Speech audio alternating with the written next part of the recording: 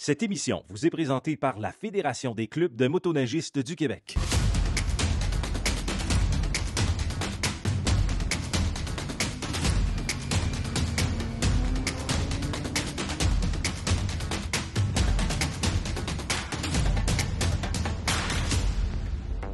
Salut tout le monde et bienvenue à cette 7e saison de Motoneige.tv. Mon nom est Ben Milo et je suis très heureux de vous présenter une série qui rallie plein de mes passions. Cette année, suivez-nous dans les sentiers du Québec et du Nouveau-Brunswick. On part à la recherche de pièces de motoneige rares avec JF et Hugo et on s'invite à plusieurs activités de la FCMQ. Pour débuter la saison, on s'en va rencontrer GV Loisirs dans les Monts-Valin pour vivre une expérience extraordinaire en motoneige hors piste.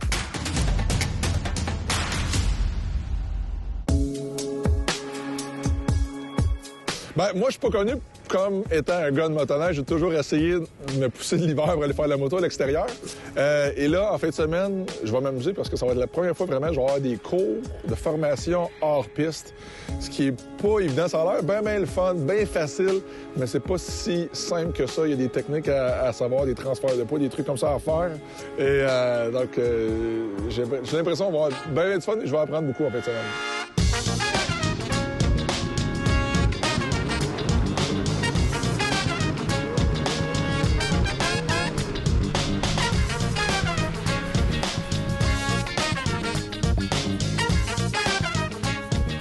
Ben, Jérémy, merci de nous recevoir encore une fois dans ton petit paradis ici dans les Monts-Valin. C'est vraiment incroyable quand même comme endroit. Les gens doivent vraiment être quand même étonnés quand ils viennent ici. Tu les amènes avec les motoneiges hors piste.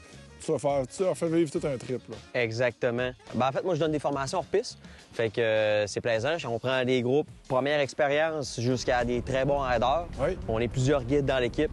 Puis on a chacun nos forces, nos compétences. Puis on dispatche les groupes selon les forces de chacun. Oui. Fait que c'est vraiment plaisant. Fait que si quelqu'un qui aime plus faire du side-hill, on va l'apporter avec quelqu'un qui a plus des spots ouverts, qui a plus des spots propices à ça. Fait que, ouais, c'est... Il y en a pour tous les goûts dans nos montagnes. Le terrain est grand.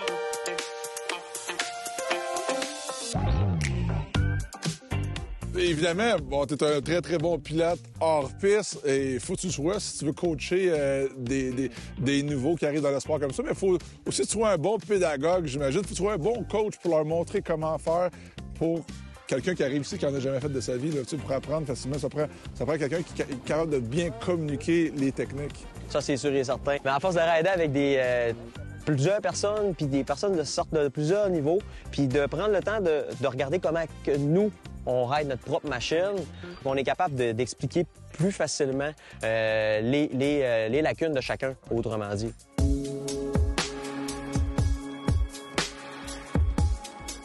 Faut que tu saches comment, pas juste de piloter la motoneige, mais comment aussi te déprendre de situations où la motoneige fait du survirage, elle se cale. Fait que, heureusement, il y avait des outils, fait qu'on a pu couper le coupe de branche, puis il a sorti la motoneige parce que moi, elle restait là, c'est sûr. J'imagine que ce côté-là sportif du hors-piste, quelque chose qui t'intéresse vraiment, versus du sentier qui est un petit peu plus relax, entre parenthèses, là. Oui, bien c'est sûr, je préfère l'hors-piste parce que c'est tout le temps un challenge. Oui. C'est toujours un challenge, puis le terrain change beaucoup aussi. T'sais, on peut passer à un endroit aujourd'hui, on revient dans 2 semaines, la quantité de neige n'est pas pareille, le terrain change énormément, puis si tu repasses en 2 semaines, c'est pas le même challenge. La quantité de neige a changé, la qualité de la neige a changé beaucoup aussi, parce que la neige n'est pas toujours pareille, là. Des fois, elle a durci, des fois, elle est vraiment fluffy. Jérémy, j'ai remarqué une chose qui m'a pas mal impressionné, la position de conduite en hors-piste en motoneige. C'est vraiment impressionnant de voir ça, parce que vous débarquez carrément de la motoneige pour faire des fois des virages quand même assez serrés ou des trucs comme ça. Le gaz, contre-braquage, puis paf, la motoneige fait quand même un 180 degrés quand même assez facilement. Parle-nous un peu des techniques, justement, puis de la position du corps, contre-braquage, etc. Dans le fond, la position sur une motoneige, c'est très simple. On se met toujours droit. Après ça, on garde toujours la tête haute. Généralement, je vois... autrement dit, si je descends la tête, tu vas voir, regarde, mon corps, mes fesses reculent. Fait qu'on revient en position que j'ai dit qu'on ne voulait pas avoir. Même moi, je me mets dans cette position-là. Là, j'ai jamais vraiment fait de hors-piste. C'est difficile de faire du hors-piste, mais c'est une question de contre-braquage, une question de gaz, puis une question de regard. Tout se joue là-dedans. J'aime vraiment ça, rencontrer des entrepreneurs, justement des jeunes entrepreneurs qui se lancent comme ça dans le milieu du sport motorisé.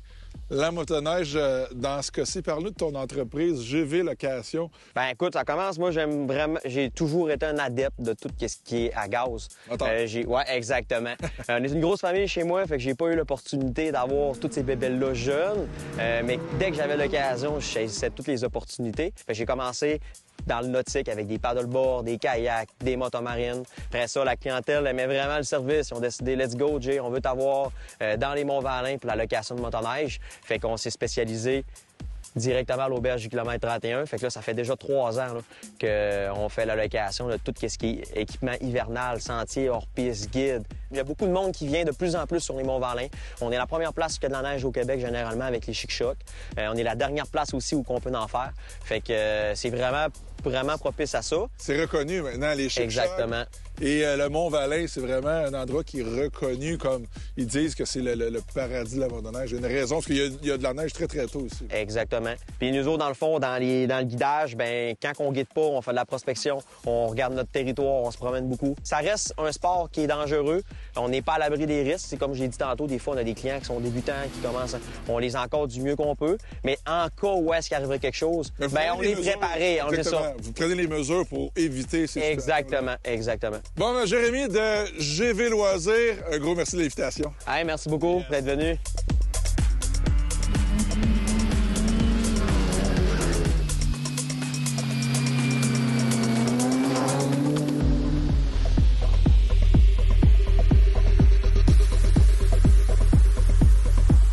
Après la pause, on s'en va dans la belle région de Saint-Hyacinthe rencontrer une équipe de bénévoles. Vous allez voir, c'est du solide.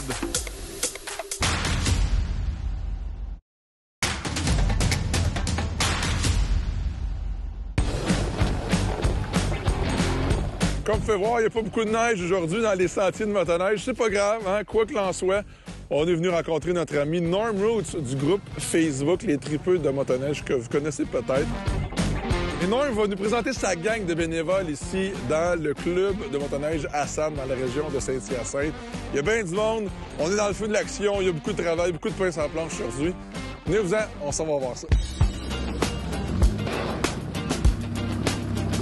Un refuge, ça sert à se réchauffer. Les gens arrêtent ici, il y a un happening le vendredi soir ici. Là, tu viens peut-être 20, 25, 30 machines. Le monde, ça vient se réchauffer. Ça jase entre eux autres. C'est le fun.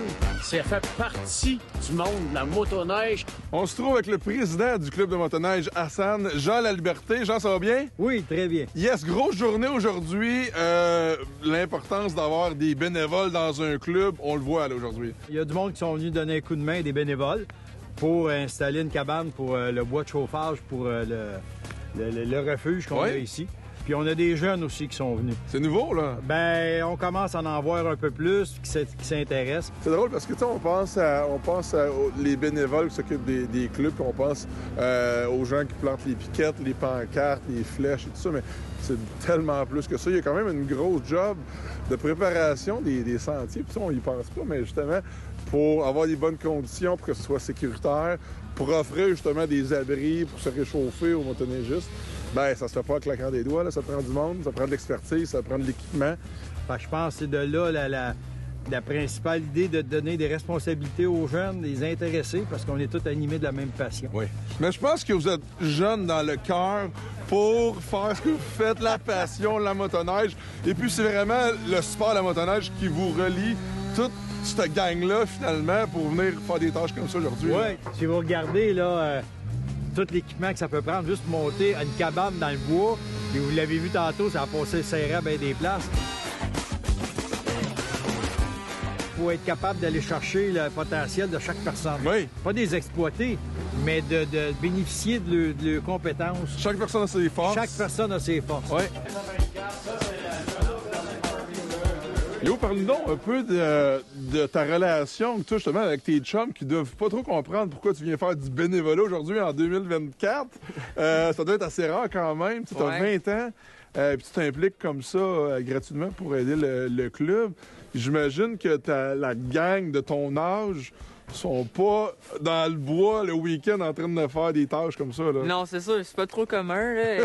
Moi, j'aime ça venir ici, qu'on ait du fun avec du monde, puis Dehors? dehors, Ben oui. on passe du bon temps, on respire de l'air. Le soir, ça dort bien, en plus. C'est sûr qu'aujourd'hui, travailler pour pas cher de l'heure, c'est plate. Il n'y a plus grand monde qui sont prêts à donner du temps pour rien en retour, là. Jean, est-ce que tu pourrais nous dire on est où présentement à Vol-d'Oiseau? Bien là, présentement, on est dans la municipalité de la Présentation. Donc, on se trouve un peu dans le garde-manger du Québec. Là, la région de Saint-Hyacinthe, c'est reconnu pour des terres agricoles. J'imagine qu'il y a des enjeux de ce côté-là aussi, avec les droits de passage. Oui, on peut se compter extrêmement chanceux, le club Assemble. Comme ici, le propriétaire, bien, où ce qu'on vient d'installer la cabane, on est chez le propriétaire d'où ce qu'on est présentement. Et qu'est-ce qui fait qu'un club de motoneige comme le vôtre va perdre un droit de passage sur un terrain ou un autre? Bien, le phénomène qu'on vit depuis, je dirais, une dizaine d'années, c'est les cultures d'automne. Quand il y a du blé d'automne, du seigle, je suis moi-même producteur agricole. Il y a du foin, des champs de foin, je veux dire, pour alimenter les animaux. Quand le sentier passe, je dirais, une année sur 3, ça va maganer.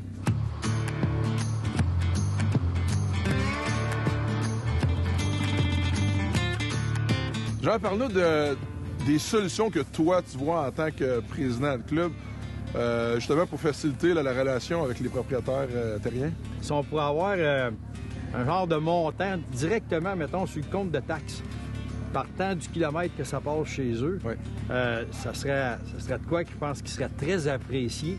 Si on n'en sort pas d'idée, il arrivera à rien. Moi, que je vois des fois, c'est la discussion. Il faut discuter avec eux autres, montrer, puis les respecter. Surtout respecter les droits de passage. Vraiment, les producteurs, que ce qu'ils n'aiment pas, qui se les frustre, c'est quand de monde sort des chantiers. Ça, on le voit tout de suite, là, ça n'aime vraiment pas ça. Si le gouvernement ferait une petite compensation, d'après moi, on aurait beaucoup moins discuté avec les droits de passage. Puis ça serait facile même, on aurait peut-être des appels pour dire « Hey, venez, vous pouvez passer chez nous. » Là, c'est le contraire, présentement. Ouais. C'est le gros défi qui s'en vient, c'est les droits de passage. Bien, au nom de tous les motoneigistes qui passent ici, un gros merci. Ouais. Merci à vous de nous donner la visibilité aussi. Peut-être que ça va encourager du monde à embarquer dans le bénévolat, justement, ailleurs.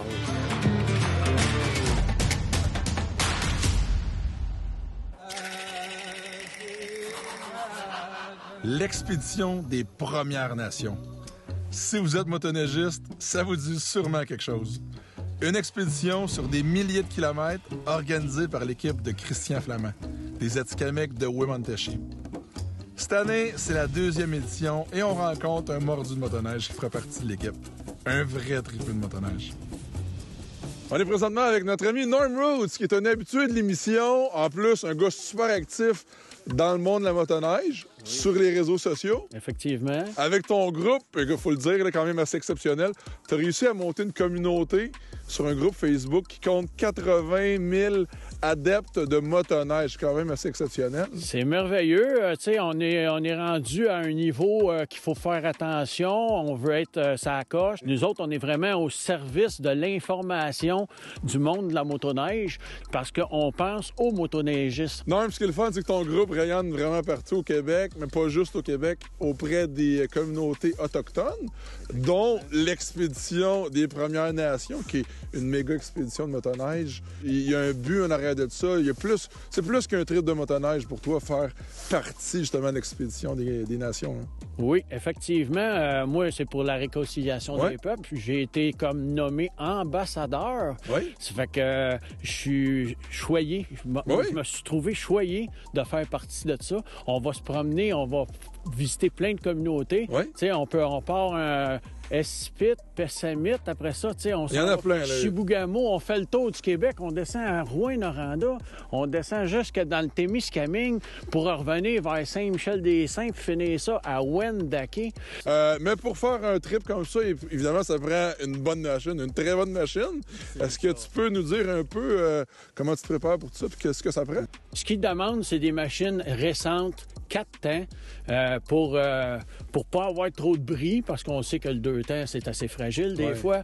Fait que moi, je me suis équipé pour faire l'expédition en volume, en coffre. Il faut se traîner des glissières de spare. Il faut se traîner un liquant. Il faut traîner un 25 litres d'essence, parce que on s'entend que des fois, tu roules, il y a 400 km entre les deux places, puis il n'y a pas de ravitaillement. Fait qu'il faut le traîner avec nous. Fait que moi, j'ai un 25 litres plus un 17 litres qui est accroché sur ma motoneige.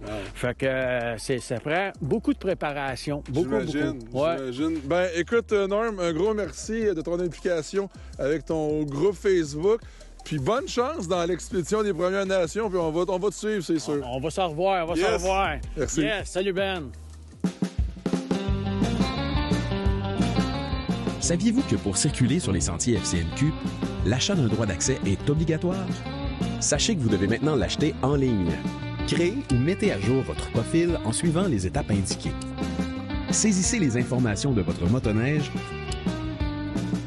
Sélectionnez votre club de motoneigistes, choisissez votre type de droit d'accès, annuel ou journalier, et suivez les étapes jusqu'au mode de paiement. Vous recevrez par courrier électronique votre confirmation d'achat, un droit d'accès temporaire valide 21 jours, ainsi que l'attestation d'assurance responsabilité civile. Conservez également une copie sur vous jusqu'à ce que vous receviez votre vignette officielle par la poste. Acheter votre droit d'accès est désormais plus simple et permet aux 4500 bénévoles de club d'entretenir les 33 000 km de sentiers du réseau.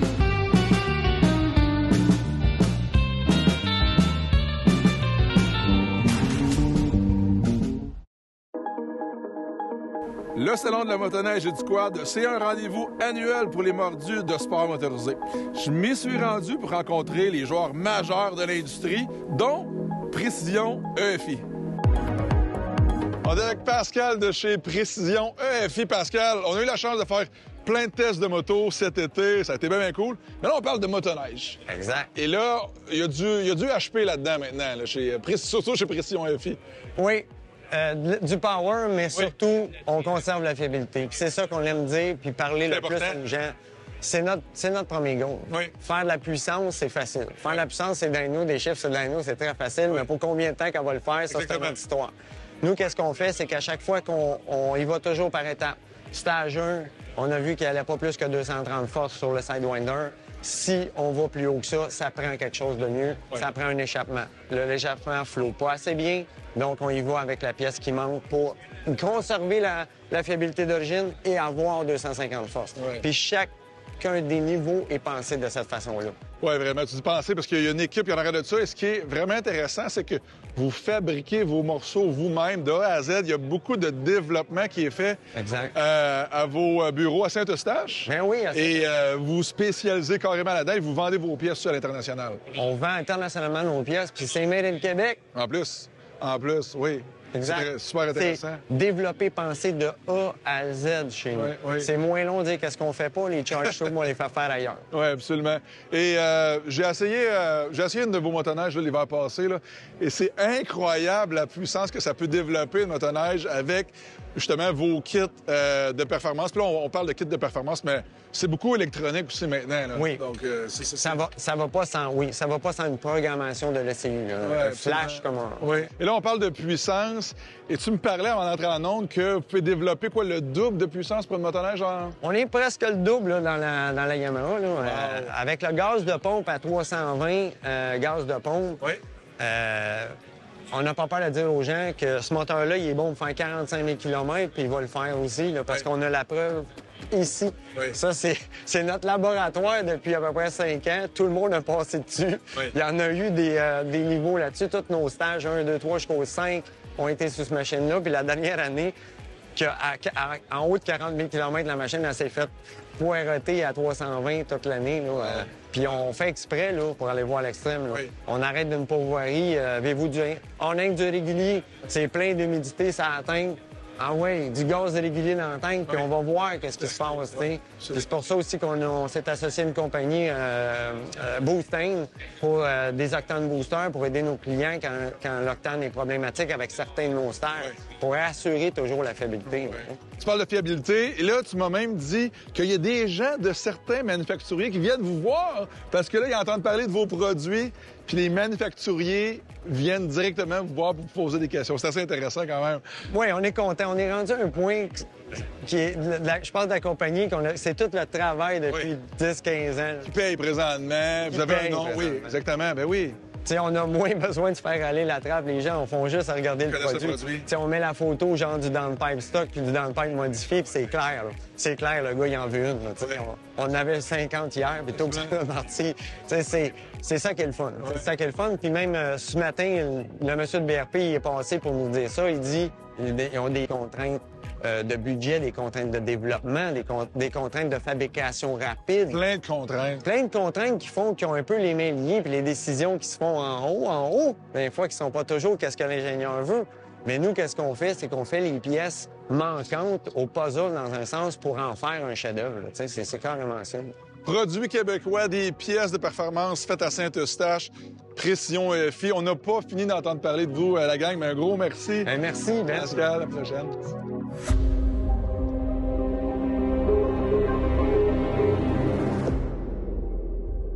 Dans la dernière saison, Hugo et Jean-François ont entrepris une mission presque impossible. Une compétition amicale, celle de restaurer 2 motoneiges antiques de A à Z, un Blizzard 1980 et un MXZ 1995.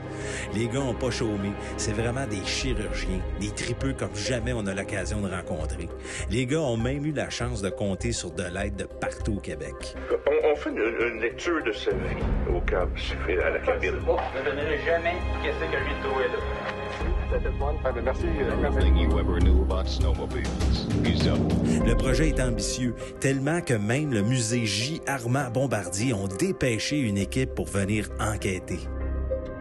Premièrement, messieurs, comment c'est parti votre passion pour les motoneiges? Là? Je veux vraiment C'est à la toute fin de leur visite qu'on a su ce qu'ils cherchaient. Proposer aux gars une nouvelle mission.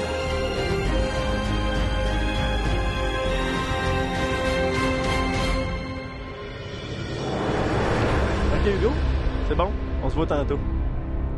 On a trouvé nos chasseurs de reliques Skidoo.